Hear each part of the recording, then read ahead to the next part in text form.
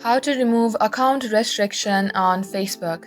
Hey everybody, welcome back to our YouTube channel. So without any further delay, let us get started. Head over to your Facebook app and get logged into your Facebook account. Now, if you have your account restricted, you will get notified. So first of all, check your notification. If you don't see it in your notification, simply tap onto your profile, tap on three-dot icon, here tap on profile status. Then here you will be able to see it.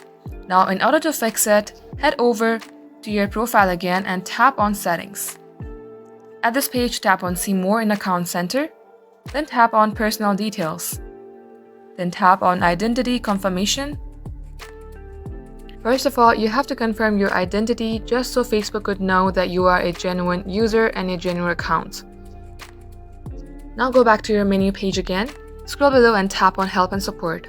Then tap on report a problem, then tap on report problem.